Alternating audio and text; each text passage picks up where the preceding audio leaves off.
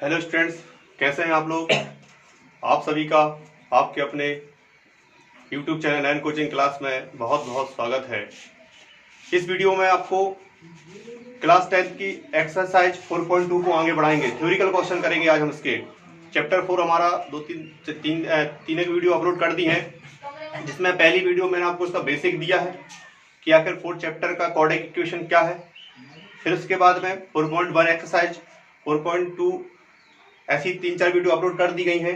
अब इस वीडियो में आप बेहतर तरीके से 4.2 के थ्योरिकल क्वेश्चन को समझेंगे। बेटा एक क्वेश्चन यहाँ से थ्योरिकल क्वेश्चन 100% हर साल आता है, कोई ना कोई थ्योरिकल क्वेश्चन आएगा, ये मेरी फुल गारंटी है। आप जब 2021 में पेपर देंगे तो आप याद करेंगे कि हाँ सर ने सही कहा था कि चैप्टर 4 से एक थ्योरिकल क्वेश्चन स्वाभाविक आएगा ही।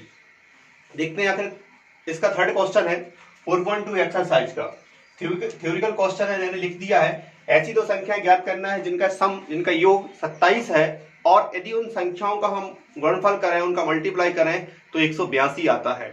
दो संख्या है, बहुत छोटा क्वेश्चन है। दो संख्या है जिनका योग कितना भाई 27, यदि उनको हम गुणा करते हैं तो 182 आता है। तो बताइए आखिर संख्याएं क्या हैं। तो संख्याएं बताना है, नंबर्स फाइंड करना है। स्वाभाविक है, हमने एक नंबर को x मान लिया। अब आप मुझे बताइए, एक नंबर को मैंने x मान लिया, दूसरा मैंने माना 27 माइनस एक्स। क्यों माना? क्योंकि दो नंबर्स हैं जिनका योग कितना है 27 है, जिनका सम कितना है 27। तो एक मिल गया x, 27 में से उसको कम कर दो, दूसरा अपने आप मिल जाएगा। दूसरा अपने आप मिलेगा नहीं मिलेगा? तो उसी प्रकार मैंने दूसरा माना आपको 27 माइनस एक्स। तो आपकी ये कंडीशन तो फॉलो कर दी। अब सेकंड कंडीशन को हमें फॉलो करना, लिख दिया अपन ने अकॉर्डिंग टू क्वेश्चन। वो कह रहा है कि आपने दो संख्याएं जो मानी हैं इनका ही मल्टीप्लाई, इनका गुणनफल आप करेंगे तो 182 आएगा। संख्या x और 27 माइनस एक्स दोनों का जब हम मल्टीप्लाई करेंगे तो 182 आएगा, ऐसा हमने मान लिया। तो मैंने इन दोनों को गुणा में लिख लिया, x into 27 minus x. X का आप अंदर मल्टीप्लाई करेंगे 27x और x का माइनस एक्स में होगा। तो आपको पता ही है कि आधा समान बेस इक्वल हो तो उनकी पावर क्या होगी, प्लस होती है। तो x का स्क्वायर हो जाएगा माइनस एक्स का स्क्वायर इज इक्वल टू 182। अब मैंने बहुत ध्यान से सुनिएगा इस स्टेप को, माइनस एक्स स्क्वायर, जो एक्स स्क्वायर था वो माइनस में था, और क्वाड्रेटिक इक्वेशन में क्या होता है भाई, एक्स स्क्वायर वाला हम माइनस में नहीं रहने देते, उसको प्लस बना लेते हैं ताकि किसी प्रॉब्लम ना जाए सॉल्व करने में। तो मैंने क्या किया, 182 का ट्रांसफर ना करने की बजाय इन दोनों को ट्रांसफर इस तरफ कर दिया मैंने। ये माइनस में था तो प्लस में लिख दिया, प्लस में था तो क्या आ गया माइनस में, और 182 जैसा का तैसा इज इक्वल टू क्या लगा दिया पीछे, क्योंकि क्वाड्रेटिक इक्वेशन वर्ग समीकरण में इक्वल टू 0 लिखना अनिवार्य है। यदि आप 0 नहीं लिखेंगे तो बेटा आपका पॉलिनोमियल बहुपद बन जाता है। फिर इसके बाद में कल आपको मैंने फैक्टराइज मेथड गुणनखंड विधि पढ़ाई थी, उसी मेथड से हमने इसको सॉल्व कर लिया। 182 का इसमें मल्टीप्लाई करेंगे तो 182 आएगा। बीच में कौन है, मध्य पद कौन है, मिडिल में कौन बैठा है, माइनस का 27 है भाई, 27x। इसको हमें दो नंबर में तोड़ना, 27 को ऐसे दो नंबर्स में, इन दोनों का मल्टीप्लाई करेंगे तो 182 आए। देखो अपन 182 के ही फैक्टर निकाल लेते हैं, इससे ही अपन संख्या बनाएंगे। ठीक है, जो संख्या हमें मल्टीप्लाई करके लाना है उसी संख्या का फैक्टर निकाल लेते हैं। 2 से करेंगे तो 9, तो कितना आएगा, यहाँ पे उठा के 7 से डिवाइड कर दो भाई। 7 से करेंगे 7 एकम 7, बचा 2, कितना हो गया 21, 7 3 21। तो इन दोनों फैक्टर का मल्टीप्लाई करो, 7 का 2 में करेंगे तो कितना आएगा, 7 दूनी 14, यहाँ पे कितना आया 13। तो 14 और 13 का मल्टीप्लाई करेंगे तो 182 आना निश्चित है, और इनको हम प्लस कर देंगे क्योंकि 27 लाना है। इन दोनों को प्लस कर देंगे तो कितना आएगा आपका 182 गुणा करने पे आएगा, और प्लस कर देंगे तो 27 आ जाएगा। ठीक, संख्या कितनी आ गई आपकी 14 और 13। बट यहाँ पे थोड़ा सा लॉजिक क्या है कि भाई यहाँ पे 182 प्लस का लाना है और बीच में क्या है माइनस, तो लास्ट में प्लस और बीच में जब माइनस होता है तो स्वाभाविक है दोनों नंबर काय के लेना है, माइनस के लेना है। माइनस का 14x माइनस का 13x जोड़ने पे आएंगे माइनस के 27। जब इनका दोनों का मल्टीप्लाई करेंगे तो माइनस माइनस प्लस हो जाएगा और 14 का 13 में होगा तो 182 आ जाएगा आपका। दो के पेयर बना लिए भाई मैंने। यहाँ पे पहले वाले पेयर में से x कॉमन आएगा, x की पावर 2 में से x गया तो x बचेगा, माइनस 14x का x गया तो कितना बचा, माइनस का 14, 14 बचा। यहाँ पे माइनस का 13 कॉमन आएगा भाई, माइनस का 13 कॉमन, क्योंकि x माइनस 14 आपको सेम का सेम ये बनाना है आपको यहाँ पर। तो मैंने कल भी बताया था कि भाई जो भी थर्ड नंबर का नंबर होता है यहाँ पर, ये तो आपका फर्स्ट पेयर हो गया, सेकंड पेयर का फर्स्ट नंबर ये वाला, ये यहाँ से जो भी चिन्ह रहता है माइनस प्लस वही कॉमन आता है, माइनस है तो माइनस कॉमन आएगा, और साथ में 13 कॉमन लिया है क्योंकि आपको x माइनस 14 बनाना है, माइनस का 13 कॉमन आएगा, माइनस 13 चला गया तो कितना बचा यहाँ पे x, और माइनस कॉमन लेने पे क्या होते हैं सिंबल बदल जाते हैं, तो प्लस के यहाँ पे क्या आएगा माइनस, और 182 में 13 कॉमन लेंगे तो कितनी बार भाग लग जाएगा, 14 बार जाएगा। ये आपका x माइनस 14 टू टाइम्स आ गया, इसकी रिपीट हो गया यहाँ पर भी, तो ये सेम हो गया, कॉमन लेंगे x माइनस 14, बचा क्या भाई आपका x minus 13, x minus 14 is equal to 0, x minus 13 is equal to 0, प्रत्येक को अपन ने 0 के इक्वल लिख लिया, उसके बाद दोनों का ट्रांसफर कर दिया, दोनों माइनस में थे, दोनों कायम पहुंच गए प्लस में। कोई भी अमान्य नहीं है, दोनों आंसर सही है, क्योंकि संख्या दो लेना है, यदि पहली 14 होगी तो दूसरी क्योंकि दो संख्याओं का योग कितना है 27, यदि 14 आ गई दूसरी अपने आप 13 आएगी, और यदि पहली 13 है तो दूसरी कितनी आएगी 14, दोनों सही है, इसलिए संख्याएं 14 व 13 है, 14 और 13 का योग करते हैं 27 आता है, शर्त को फॉलो कर रहे हैं, उन दोनों का मल्टीप्लाई करें तो कितना आता है 182। तो आपका एक क्वेश्चन था, हो गया। अब अपन इसका फोर्थ नंबर का क्वेश्चन देखते हैं, ठीक है भाई, तो इसको स्क्रीनशॉट ले लेना। इसका सेकंड मतलब फोर्थ क्वेश्चन, कौन सा क्वेश्चन, थर्ड नंबर का हो गया, फोर्थ क्वेश्चन, ठीक है। इसका थ्योरिकल का देखेंगे क्वेश्चन बेहतर तरीके से मैं आपको समझा देता हूं। ये वाला क्वेश्चन आप कर चुके हैं, ऐसा सेम कंडीशन अलग थी बट उसका थ्योरिकल पार्ट सेम था। देखेंगे क्या हमारा क्वेश्चन कहता है, दो क्रमागत धनात्मक पूर्णांक संख्याओं के वर्गों का योग 365 है, तो संख्याएं ज्ञात कीजिए। दो पॉजिटिव इंटीजर्स नंबर है, कंटिन्यू है, उनका स्क्वायर का सम देखा जाए तो कितना 365 है। क्वेश्चन फिर से सुन लें कि दो धनात्मक पूर्णांक क्रमगत संख्याएं हैं, उनका वर्ग का योग 365 है, तो संख्याएं ज्ञात कीजिए। कुछ नहीं भाई, सिंपल है, चलते हैं बात उसकी कंडीशन पे। वो कह रहा है दो क्रमगत धनात्मक पूर्णांक, पॉजिटिव इंटरेस्ट ले रहा है कंटिन्यू वाले, तो भाई पहला x होगा तो दूसरा कितना आएगा x प्लस 1। तो बात को समझना, क्योंकि वो क्रमगत की बात, कंटिन्यू की बात कर रहा है। जैसे पहला 10 आता है तो 10 के बाद जस्ट कौन आता है 11, तो 11 10 से कितना ज्यादा है, 1 ज्यादा है ना, 11 10 से 1 ज्यादा है, तो पहला x दूसरा उससे 1 ज्यादा होगा, तो x प्लस 1 लेते हैं। ठीक, यहां पर सम में सम कहीं से कहीं कुछ नहीं लिखा, सिर्फ क्रमगत लिखा है, तो ये लेना भाई कंटिन्यू x व x प्लस 1। उसकी कंडीशन को फॉलो कर देते हैं अपन। यहाँ पर क्या कह रहा है, इनके वर्गों का योग, इनका स्क्वायर का सम 365 है, इनका स्क्वायर करके सम कर प्लस कर दीजिएगा। मैंने x का स्क्वायर किया प्लस x प्लस 1 का स्क्वायर इज इक्वल टू 365, उसने कहा है, हमने लिख लिया।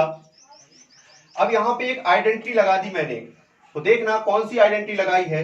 यहाँ पे भाई याद कर लो 10वीं वाले 10th क्लास वाले, आपको तो बार बार बहुत मोस्ट इंपोर्टेंट पार्ट है, नहीं हो याद कर लो, क्योंकि बेटा बार बार लगती है। a plus B whole square, A minus B whole square, A plus B whole cube, A minus B whole cube, ये छोटे मोटी सा समीकरण है, और अभी तो सबके पास पर्याप्त समय, इसलिए भाई इनको आपका बेस मजबूत कर लो। समय मिला है तो हम अच्छे तरह से रिचार्ज हो जाए ताकि हमको प्रॉब्लम ना जाए यहाँ के। तो ए प्लस बी पूरे का होल स्क्वायर वाली आइडेंटिटी यहाँ पे लगाई मैंने, ए का स्क्वायर प्लस का 2ab प्लस बी का स्क्वायर। समझिएगा तो कैसे पुट किया है, a is equal to X और b इज इक्वल टू 1। जहां जहां a है वहां पे x पुट करना है, जहां पे b है वहां पे 1 को पुट करना है। तो a का स्क्वायर मतलब x का स्क्वायर, 2ab, a मतलब x, b का मतलब 1 गुणा में, प्लस b का स्क्वायर, तो 1 का स्क्वायर कितना होता है भाई, 1 ही होता है ना, तो 1 आ जाएगा, is equal to 365। 1x square 1x square, कितने x स्क्वायर होगा 2x स्क्वायर, 2 का 1 मल्टीप्लाई किया तो 2x, ठीक, साथ में x चल रहा है, और एक 365 का ट्रांसफर किया, प्लस में था माइनस में आ गया, बाकी 2x जैसे कहते हैं 365 में से 1 को माइनस किया, 365 में से 1 गया तो 364, बट माइनस का, क्योंकि 365 बड़े हैं, सब में से 2 डिवाइड, 2 से डिवाइड कर दें बोथ साइड, या 2 कॉमन ले लें, एक ही बात होती है। 2 कॉमन आया तो यहाँ से 2 चला गया, 1 बचेगा कोफिशिएंट में, यहाँ से 2 चला गया तो x बचेगा, और यहाँ से 364 में से 2 कॉमन जाएगा तो क्या बचेगा भाई, आधा हो जाएगा। 364 का आधा कितना होता है 182। ठीक, ये दो पूरे के यहां से गुणा में आ गया था तो इसके जीरो में पहुंच गया, इसके जीरो में पहुंच गया। अब आपका एक क्वाड्रिक इक्वेशन बन गई भाई, ये यहाँ पे ध्यान से देखेंगे, ये वाली ये आपके वर्ग समीकरण, द्विघात समीकरण बना दिया। अब इसको हमको गुणनखंड विधि से सॉल्व करना है। तो कैसे करेंगे, अब भी जस्ट इसके पहले जो क्वेश्चन कराया था 3rd नंबर का, वहां पर हमने 182 के फैक्टर किए थे और वहां पे 27 लाना था, बट वहां पे 182 प्लस में था और यहाँ पे माइनस था। अब यहाँ अपोजिट हो गया, यहाँ पे माइनस आया है और यहाँ पे प्लस का 1 आ गया। तो 182 हमें इस x को 2 नंबर्स में तोड़ना है जिनका मल्टीप्लाई करें तो कितना आएगा 182 और उनको सॉल्व करें तो 1x, तो 14x और 13x में अंतर कितने का भाई 1x का है। यदि अपन 14 और के बीच में माइनस का लगा दे तो 14 में से 13 जाएंगे तो माइनस का 1x बचेगा, काय का प्लस का। 14 प्लस के लेंगे, माइनस के 13 लेंगे, 14 में से 13 गया 1 बचेगा और 14 और 13 का मल्टीप्लाई करें 182। अब भी जस्ट इस क्वेश्चन में समझाया मैंने तो वहां देख लेंगे। तो प्लस का 14 माइनस का 13, क्योंकि यहाँ पे प्लस का 1x लाना है और माइनस का 182। एक संख्या प्लस की और एक माइनस की होती है तो उन दोनों का मल्टीप्लाई होता है तो माइनस तो आता है। बट यहाँ पे मैंने कल भी बताया था कि यदि बीच में प्लस का चिन्ह लगा हो और यहाँ पे माइनस, तो हमेशा बड़ी संख्या को प्लस में लिखना और यहाँ पे छोटी संख्या को माइनस में। दो के फैक्टर बन जाएंगे भाई। यहाँ से x कॉमन आएगा, x स्क्वायर में से x चला जाएगा, कितना बचेगा x, 14 का x गया तो कितना बचा 14। अब e का यही जो फैक्टर है आपको यहाँ बनाना है, x प्लस 14 सेम का सेम यहाँ लाना है। माइनस का 13 यहाँ से कॉमन आया, ठीक है, माइनस भी आ गया और 13 भी आ गया, माइनस चला गया तो माइनस कॉमन लेने पर सिंबल बदल जाते हैं भाई। माइनस कॉमन का बचेगा x, माइनस माइनस क्या होगा प्लस, तो यहाँ पे क्या जाएगा, ये माइनस कॉमन चला गया तो प्लस बचा। 182 में से 13 कॉमन आया तो कितना बचेगा भाई 14, है ना। डिवाइड कर देना, इतना ही आता है। 13 के टेबल में 14 बार में 182 आ जाता है। तो x प्लस 14 2 टाइम्स आया, कॉमन ले लो, x प्लस 14 बचा। यहाँ पे कौन बचेगा फिर x माइनस 13। हमने दोनों फैक्टर को इक्वल टू काय के लिख लिया भाई, 0 के। प्लस 14 का ट्रांसफर करेंगे तो काय में चला जाएगा माइनस में, और माइनस का करेंगे तो काय में चला जाएगा प्लस में। ये तो अमान हो गया, ये हमारे लिए असंभव हो गया कि भाई यहाँ पर क्वेश्चन ने धनात्मक पॉजिटिव की बात की है और हमारा नेगेटिव माइनस में आया है, तो ये तो सर्टिफाइड नहीं हो रहा। बट हमारा 13 हम मान लेते हैं अपना ये आंसर है। तो जब पहला 13 है तो दूसरा उसमें एक और जुड़ जाएगा तो दूसरा पॉजिटिव, ये प्लस का आएगा, ये माइनस का इसलिए 14 नहीं लिख रहा है, ये माइनस वाला है, प्लस वाला 14 लिखना है अपन को। तो पहला क्या आ गया आपका 13, तो 13 और 1 कितना आ गया भाई 14। दो क्रमांक का धनात्मक पूर्णांक संख्या कितने 13 में 14। बहुत मस्त क्वेश्चन है, कर लीजिएगा, अच्छी तरह से प्रैक्टिस कर लेना। ऐसे क्वेश्चन आते हैं ताकि आपको विश्वास रहे भाई, प्रैक्टिस जरूर कर लेना। अब इसके बाद देखते हैं अपन क्वेश्चन नंबर 5। इसका क्वेश्चन नंबर 5वां क्या है भाई, देख ले, समझा दूं मैं आपको, बेहतर मस्त क्वेश्चन है। क्या कहता है क्वेश्चन हमारा, एक समकोण त्रिभुज में, एक राइट एंगल है, समकोण त्रिभुज की जो ऊंचाई है वो आधार से 7 सेंटीमीटर कम है। कितनी कम है, आधार से 7 सेंटीमीटर कम है। यदि उसका कर्ण 13 सेंटीमीटर है तो अन्य दो भुजाएं उसकी ज्ञात करना है भाई। क्वेश्चन एक बार सुन ले, समकोण त्रिभुज की जो ऊंचाई है वो आधार से 7 सेंटीमीटर कम है और यदि कर्ण 13 सेंटीमीटर है तो भाई अन्य दो भुजाएं ज्ञात कीजिए। बाकी और कोई कंडीशन नहीं है, इतना ही है, आप बुक में देख लेना। चलते हैं, मैं आपको इसको सॉल्व कराता हूं, पूरा ध्यान सुनना, एक एक शब्द बनेगा, वीडियो देखने के बाद तुरंत करना, पूरा बन जाएगा भाई आपसे। क्वेश्चन ने क्या कहा था, समकोण त्रिभुज, तो पूरा क्वेश्चन काय पे डिपेंड है भाई, इसके बेस पे, आधार पे डिपेंड है। मैंने चित्र बनाया है ABC, ये आपका इसका आधार, इसकी हाइट मींस इसका लंब और एक कर्ण, ठीक है। ऊंचाई का मतलब उसने ऊंचाई कहा है तो ऊंचाई का मतलब वो लंब हुआ, ठीक। तो समकोण त्रिभुज का आधार x मान लिया क्योंकि उसकी जो हाइट है वो ऊंचाई उसके आधार से ही कम है।